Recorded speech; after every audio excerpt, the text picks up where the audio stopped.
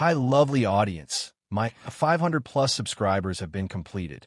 I want us to increase this and grow our YouTube family, because the bigger the family will be, the more people will share their daily incidents with me, which will reach you through this platform.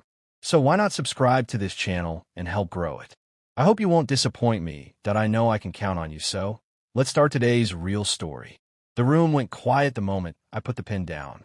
My sister smiled before the ink even dried, and something in that smile felt rehearsed. I didn't look at her. I looked at the document again, as if maybe the words had changed in the last 10 seconds. They hadn't. Inheritance waiver. Voluntary relinquishment. No claims, present or future. Simple language for something that didn't feel simple at all. Across the table, Sloane Harrington leaned back in her chair like the outcome had already been decided long before I walked in. Her posture was relaxed. Too relaxed for someone who had just convinced her own brother to sign away everything our father built.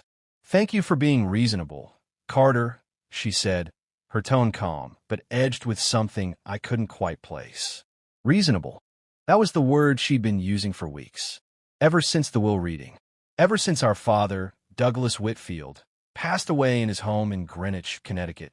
Ever since we both sat in that same law office and heard the numbers out loud for the first time. The house, the investment portfolio, the lake property in Vermont, the trust accounts, everything split evenly. 50-50. But Sloane didn't see it that way. She saw history. She saw sacrifices she believed she had made that I hadn't. She saw herself as the one who stayed close to our father in his final years.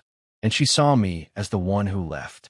Which, to be fair, wasn't entirely wrong. I built my life in Scottsdale, Arizona. I didn't come home as often as I should have. But I also never imagined that distance would be used as leverage against me after he was gone. "It's just cleaner this way," Sloane continued. "No drawn-out probate issues. No unnecessary tension." Unnecessary tension. As if what she had been doing these past few weeks was anything but deliberate pressure. Late-night calls. Emotional appeals. Subtle reminders of how much she had been there. And then the final push. "You don't even need it," she had said 2 nights ago. "You've done well for yourself." That part was true.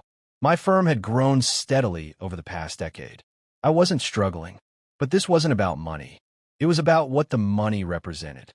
It was about what our father chose, and whether that choice was going to be respected. Still, I signed, because somewhere in all of this, I started to question whether holding on to my half was worth what it was turning into. Before we go further, I want you to think about this for a second. If you were in Carter's position, would you have signed that document just to keep the peace, or would you have held your ground no matter what it cost? I slid the paper back toward the center of the table. Sloane reached for it immediately, almost instinctively. That same smile returned, this time wider. Relief, maybe, or victory. Her attorney, Nathaniel Brooks, cleared his throat softly. He had been quiet the entire time, observing, taking notes. He didn't smile, not even once. "Mr. Whitfield," he said, adjusting his glasses, "just to confirm, you understand that by signing this document, you are permanently relinquishing all rights to the estate outlined in your father's will?" "I understand," I replied. He nodded slowly, but something in his expression lingered, as if he was waiting for something else. "Very well," he said, placing the document into a folder. Sloane stood up. "I'll walk you out," she said to me. Her tone had softened. Mission accomplished. We stepped into the hallway. The office smelled faintly of polished wood and expensive coffee. "You did the right thing," she said quietly as we walked. I didn't respond, because I wasn't sure I believed that. We reached the front entrance. She hesitated for a moment. Then she hugged me. It was brief, controlled. Not the kind of hug siblings share after something emotional. More like the kind people exchange after closing a deal. "Thank you," she said again. I nodded once, and then I left. The drive back to my hotel was silent. No music, no calls, just the steady hum of the road and a question that kept circling in my head. Why did that feel wrong? I didn't have an answer yet, but I knew the feeling wasn't going away. That night, I barely slept. Every time I closed my eyes, I saw the document. The signature, Sloane's smile, and Nathaniel Brooks' hesitation. The next morning, my phone rang. Unknown number. I almost ignored it. Almost. But something told me not to. Carter Whitfield, I answered. There was a pause on the other end. Then a voice I recognized. Mr. Whitfield, this is Nathaniel Brooks. I sat up instantly. Yes. Another pause.